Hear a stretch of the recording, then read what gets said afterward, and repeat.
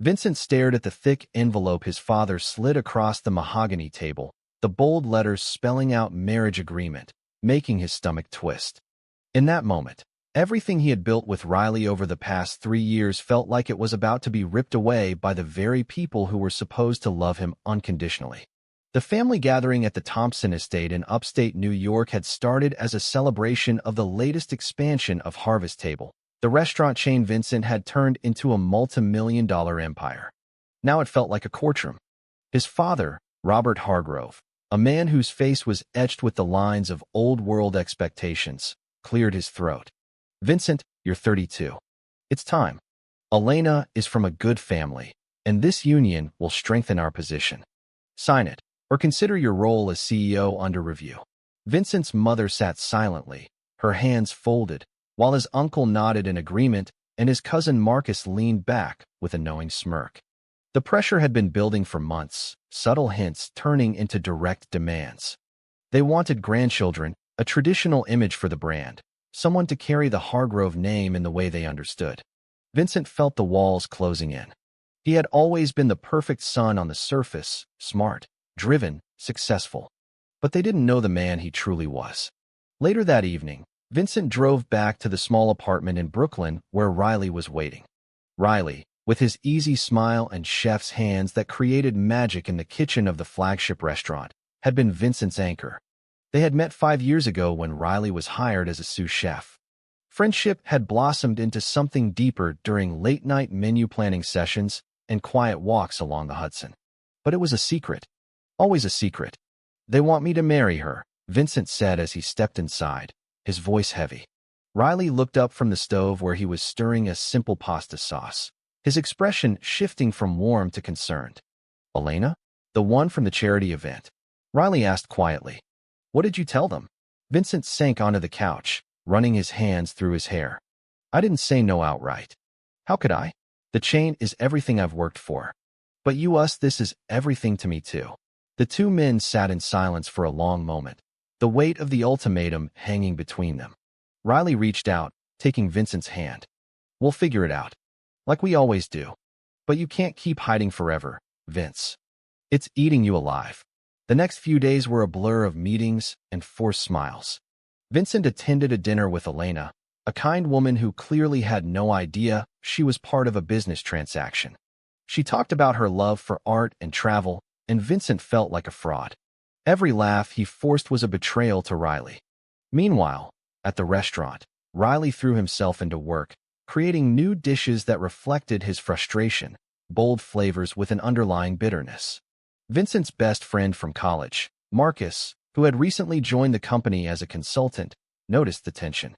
"You look like hell, man. Is it the family stuff?" Marcus asked one afternoon in the office. Vincent almost confided in him, but something held him back. The fear of exposure was too great. Instead, he changed the subject to quarterly reports. As the week progressed, the family ramped up the pressure. His sister called, reminding him of their mother's health and how a wedding would bring joy to the family.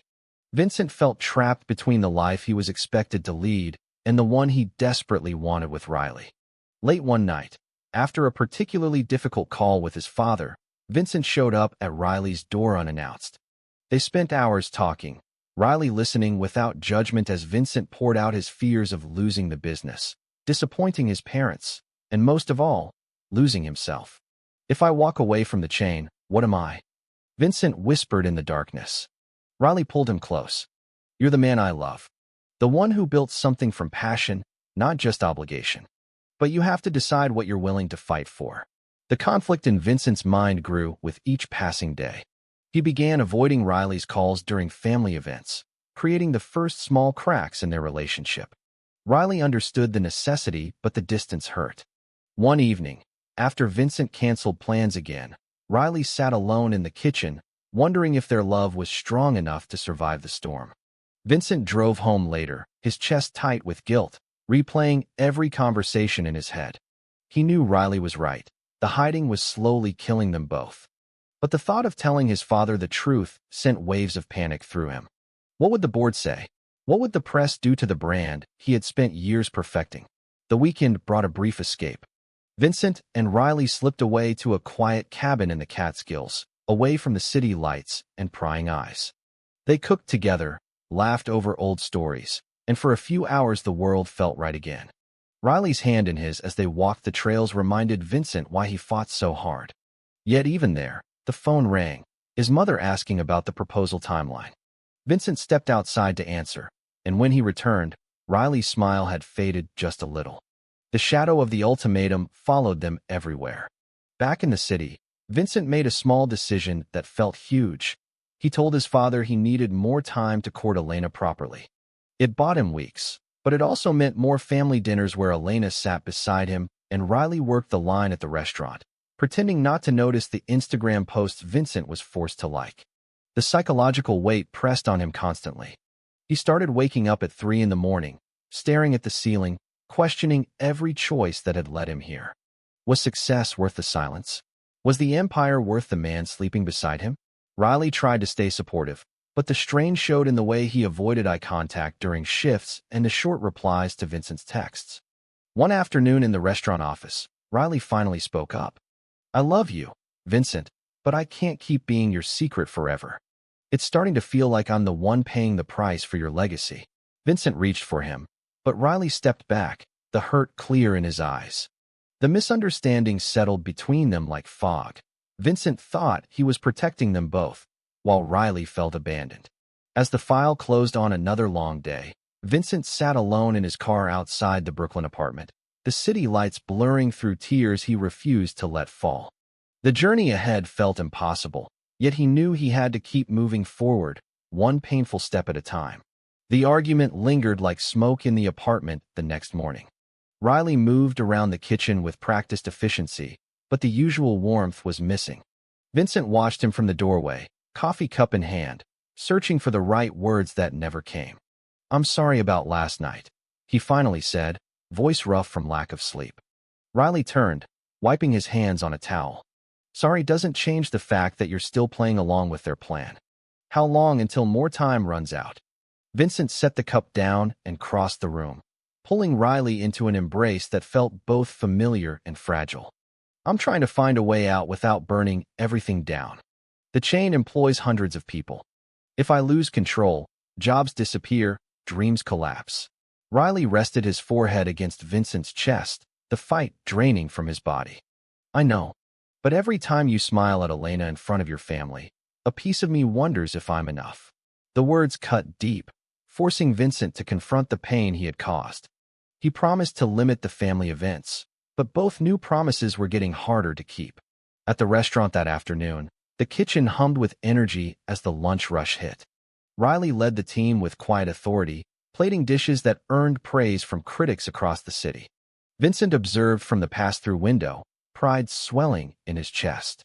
This was their world, the place where their love had quietly grown. Yet when Marcus walked in for a meeting, the outside world crashed back in. "Heard you're getting serious with Elena," Marcus said casually, flipping through reports. "Smart move. The board loves the optics." Vincent forced a laugh, but his stomach turned. Marcus had always been the friend who noticed everything. Later, while reviewing expansion plans, Vincent's phone buzzed with a text from Elena suggesting a weekend getaway with both families. He stared at the screen until Riley walked in, wiping sweat from his brow. "What's wrong?" Riley asked, reading the tension. Vincent showed him the message. The silence that followed was heavier than any argument. Riley nodded slowly. "Go if you have to. Just don't forget who's waiting at home." The misunderstanding deepened. Riley's support felt like resignation, and Vincent interpreted it as doubt. That evening, they drove to a quiet Italian spot in Little Italy, one of the few places where they could hold hands under the table. Over plates of osso buco, Riley shared stories from his childhood in California, the struggles of coming out young and building a life on his own terms. Vincent listened, realizing how much Riley had sacrificed to stay hidden for him. "You deserve better than this," Vincent whispered. Riley smiled sadly. "I deserve you. But I need you to fight for us the way you fight for the restaurants." The next morning brought fresh pressure. Vincent's father scheduled an emergency board meeting where the marriage was listed as an agenda item. Vincent arrived early, rehearsing speeches in his head, but the words evaporated when he saw Elena already seated beside his mother. The conversation turned to wedding venues and guest lists as if the decision was made. Vincent excused himself to the restroom, splashing water on his face and staring at his reflection. The man looking back seemed like a stranger, successful on the outside, terrified on the inside. He returned to the table determined to speak, but his father cut him off with a story about the grandfather who founded the first bistro with nothing but a dream and hard work. "He always said family comes first," Robert said pointedly. Vincent swallowed the truth and nodded instead. Later, driving home, he called Riley. "I couldn't do it. Not yet." Riley's voice was quiet on the other end. "I understand. But every delay feels like a step away from me." The weekend getaway with Elena's family was canceled at the last minute when Vincent claimed a work emergency. Instead, he and Riley stole away to a small bed-and-breakfast in the Hudson Valley. For 2 days they hiked, cooked simple meals, and talked until dawn. Vincent opened up about the fear that had kept him silent for years, the worry that admitting who he loved would shatter the empire he had inherited. Riley shared his own doubts, the nights he lay awake wondering if love was enough when the world demanded conformity. Their connection felt stronger than ever, yet the return to the city brought reality crashing down. Marcus texted Vincent late Sunday night. "Saw you and that chef guy looking pretty cozy at the farmer's market last month. Everything okay?" Vincent's heart stopped. He deleted the message, but the seed of doubt was planted. Riley noticed the distraction the next day and asked what was wrong. Vincent lied, saying it was just work stress. The small deception sat between them like an uninvited guest, widening the crack that had started weeks earlier. As another week passed, Vincent made a quiet decision to meet Elena privately and explain his hesitation without revealing everything. She listened with surprising grace. "I thought something was off," she said gently. "You deserve to be happy, Vincent." "We all do." Her kindness only made the guilt heavier. Back at the apartment, Riley sensed the change but didn't push. Instead, he prepared Vincent's favorite meal, and they ate in comfortable silence, the kind that spoke volumes. The psychological toll began to show in small ways. Vincent snapping at staff over minor issues, Riley working double shifts to avoid thinking. Friends noticed, but no one knew the full story. Vincent's sister called one afternoon, her voice excited about a double date she had arranged. He agreed to buy more time, but inside he felt himself fracturing. Riley waited up that night, and when Vincent walked through the door, the look in his eyes said everything. "We're drifting," Riley said softly, "and I don't know how to stop it." Vincent pulled him close, vowing silently to find a way before it was too late. The farmer's market sighting refused to leave Vincent's mind. Marcus's text replayed on loop as he sat through another strategy meeting, the numbers blurring on the screen. He had always trusted Marcus, but now the friendship felt like a loose thread that could unravel everything. During lunch, Marcus cornered him in the break room. "Look, I'm not judging. But if there's something going on, you should tell the family before someone else does. The board is already whispering." Vincent brushed it off with a joke about old college stories, but the warning lodged deep. That evening he arrived home to find Riley on the phone with his sister in California. The conversation was light, but when Riley hung up, his face was serious. "She asked if I was seeing anyone. I almost told her about us." "Maybe it's time, Vince." Vincent froze, the fear surging. "Not yet. Marcus saw us." "If word gets back," Riley's shoulders dropped. "So we keep lying?" "To everyone." The argument that followed was quieter than before, but sharper. Riley accused Vincent of choosing the business over their future. Vincent countered that he was protecting them both. They went to bed back to back, the silence louder than any shout. The next day brought the betrayal Vincent had dreaded. Marcus, thinking he was helping his friend, mentioned the cozy chef to Robert during a golf game. By dinner that night, Vincent's father called, voice ice cold. "We need to talk. Now." Vincent drove to the family home in Connecticut, heart hammering. Robert waited in the study, the same room where Vincent had learned to read ledgers as a boy. Marcus mentioned something disturbing. "Is there truth to it?" Vincent denied everything, the lie tasting like ash. But the seed was planted. His father's eyes narrowed with suspicion, and the conversation ended with a warning. "Fix this, son. The wedding is non-negotiable." Vincent returned home shaken. Riley took one look at his face and knew. What happened? Vincent told him everything except the part about Marcus. Riley's expression hardened. You still won't tell them the truth. I can't keep doing this. He grabbed his keys and left for a walk, leaving Vincent alone with his thoughts. The misunderstanding reached its peak. Riley believed Vincent was ashamed, while Vincent believed he was being noble. In the days that followed, Vincent made a desperate decision to appease the family. He attended a charity gala with Elena on his arm, smiling for cameras and answering questions about their future. Riley watched the photos circulate online from the kitchen staff room, his heart breaking a little more with each like. When Vincent came home late, Riley confronted him. I saw the pictures. You looked happy. Vincent tried to explain it was an act, but the damage was done. Riley slept on the couch that night. Work became Vincent's escape. He threw himself into launching a new location in Boston, traveling often to avoid the tension at home. During one trip, he called Riley from the hotel room, voice cracking. I miss you. I'm trying to find the courage. Riley's reply was soft but firm. Courage isn't hiding. It's standing up. The call ended with both men hurting, the distance growing. Back in New York, Marcus approached Vincent again, this time with genuine concern. Your dad asked me questions. I didn't say much, but he's not stupid. You need to come clean before it blows up. Vincent thanked him, but the betrayal stung. He had trusted Marcus with everything except this. That night he sat Riley down and explained the full conversation with his father. Riley listened, then spoke the words that changed the air between them. If you're not ready to tell them, maybe we need space. Vincent's world tilted. He begged for more time, promising the situation would resolve soon. Riley agreed reluctantly, but the spark of doubt remained. The family pressure intensified when Vincent's mother scheduled a bridal shower planning lunch. Elena attended, gracious as always, but Vincent could see her own uncertainty. During a quiet moment she whispered, I want you to be honest with me. Is there someone else? Vincent almost told her, but the word stuck. Instead, he changed the subject, the guilt compounding. Riley spent the weekend with friends, giving Vincent space that felt like punishment.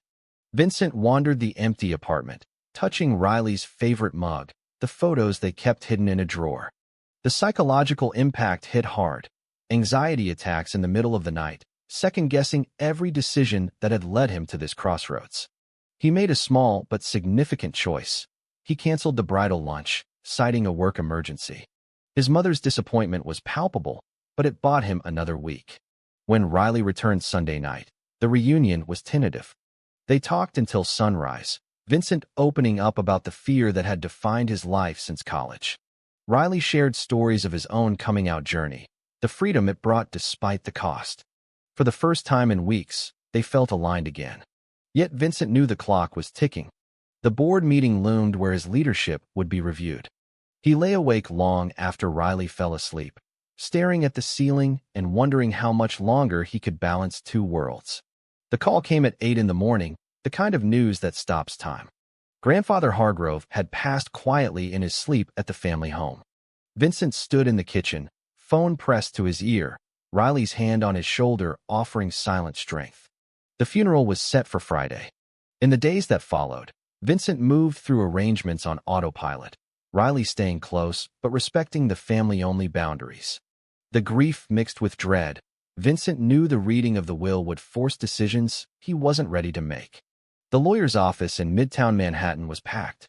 Robert sat at the head, Elena's father beside him, Marcus in the back row. Vincent took a seat near the window, heart pounding. Riley waited outside in the car, a silent support. The lawyer cleared his throat and began. Most of the document was standard, bequests to charity, small gifts to grandchildren. Then came the clause that changed everything. To my grandson Vincent, I leave controlling interest in Harvest Table Restaurants on one condition, that he lives his life openly and honestly with the partner he has chosen. I have known for years about Riley Thompson and the love you share. I watched you both build something real while the rest of the family pushed tradition. If you marry anyone else, the chain reverts to the board and Marcus becomes CEO. I loved you enough to set you free. The room exploded. Robert shot to his feet, face purple. This is a joke. Vincent, tell them it's not true. Elena's father looked stunned. Marcus stared at Vincent with a mix of shock and something like betrayal. Vincent sat frozen, the words washing over him. His grandfather had known. All those quiet conversations, the extra shifts Riley was given, the understanding nods, it all made sense now. Tears burned his eyes as the weight of years lifted and crashed down at once. His mother reached for his hand, whispering, "Is it true, son?" Vincent looked around the room at the faces that had shaped his life, and finally spoke the truth. "Yes, Riley is the man I love. He always has been." The silence that followed was deafening. Robert slammed his fist on the table. "This is unacceptable. We'll contest the will." The lawyer shook his head. "It's ironclad. Your father was of sound mind." Vincent walked out of the office in a daze, the New York streets blurring around him. Riley waited on the sidewalk, worry etched on his face. Vincent pulled him into a fierce hug right there on the busy corner, no longer caring who saw. "He knew," Vincent whispered. "Grandpa knew about us." Riley held him tighter, the moment raw and beautiful amid the chaos. Back at the apartment, the phone didn't stop ringing. Family members called in outrage or confusion. Vincent ignored most, but when his sister called in tears, he answered. She listened without judgment and promised to talk to their mother.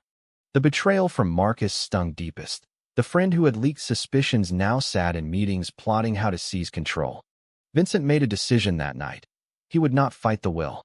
He would honor his grandfather's wish. Riley watched him pace the living room. "You're risking everything." Vincent stopped, taking Riley's face in his hands. "I'm choosing everything that matters."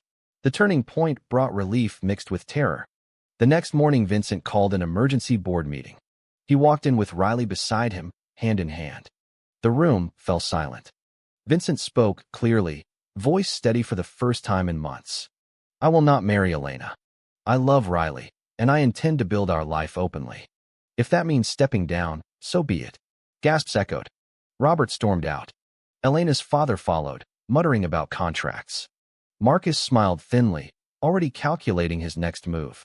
Vincent felt lighter than he had in years, the psychological burden lifting as he finally chose truth over legacy. Riley squeezed his hand, pride shining in his eyes. The journey had just begun, but for the first time Vincent felt he was walking it as his full self. The boardroom emptied slowly, leaving Vincent and Riley standing together in the sudden quiet. The weight of the announcement settled around them like dust after a storm. Vincent turned to Riley, searching his face. "I meant every word." Riley smiled, the first real smile in weeks. "I know. But your family," Vincent nodded. "They'll have to decide if they want me or the version they invented." The following days were a whirlwind of confrontation and quiet conversations. His mother came to the apartment unannounced, eyes red from crying. She hugged Vincent tightly, then turned to Riley. "I wish you had trusted us sooner." The words carried both hurt and love. Robert refused to speak to either of them, issuing statements through lawyers about contesting the will. Marcus, sensing opportunity, pushed for a vote to remove Vincent as CEO. The betrayal cut deep, but Vincent focused on the support that surprised him. Several board members who had suspected all along offered quiet encouragement. Vincent made the difficult decision to step back from daily operations, handing interim control to a trusted vice president. The sacrifice stung, watching new menus launch without his input, expansions move forward without his signature. But each evening he came home to Riley, and the trade-off felt right. They cooked together again, laughter returning to the kitchen. Riley opened up about his dreams of a small cafe, and Vincent encouraged him fully for the first time. A major argument erupted when Marcus leaked details to a tabloid. The headline screamed about the secret gay heir and the will drama.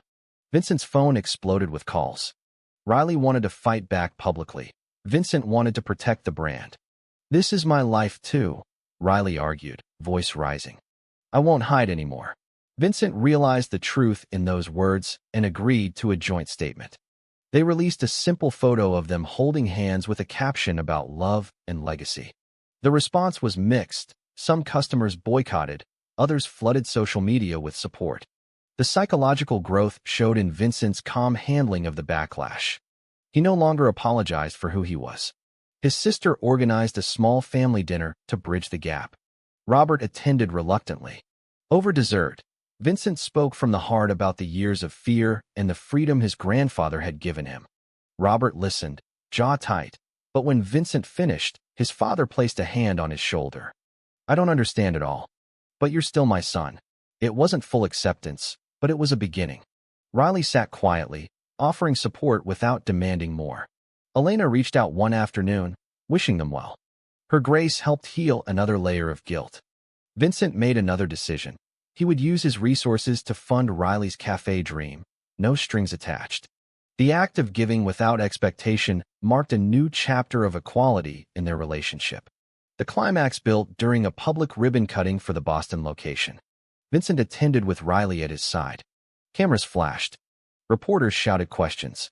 Vincent took the microphone and spoke about authenticity, about honoring his grandfather by living fully. Riley stood proudly beside him, their hands linked for the world to see. The moment felt cinematic, the city lights behind them, the crowd cheering, the weight of years finally lifted. Vincent felt the last chains of doubt break. He had sacrificed control of the empire, but gained something priceless: peace. That night in their apartment, Riley pulled Vincent close. You chose us. Vincent kissed him softly. I chose me. The emotional high carried them through the weeks that followed as the will battle moved to mediation.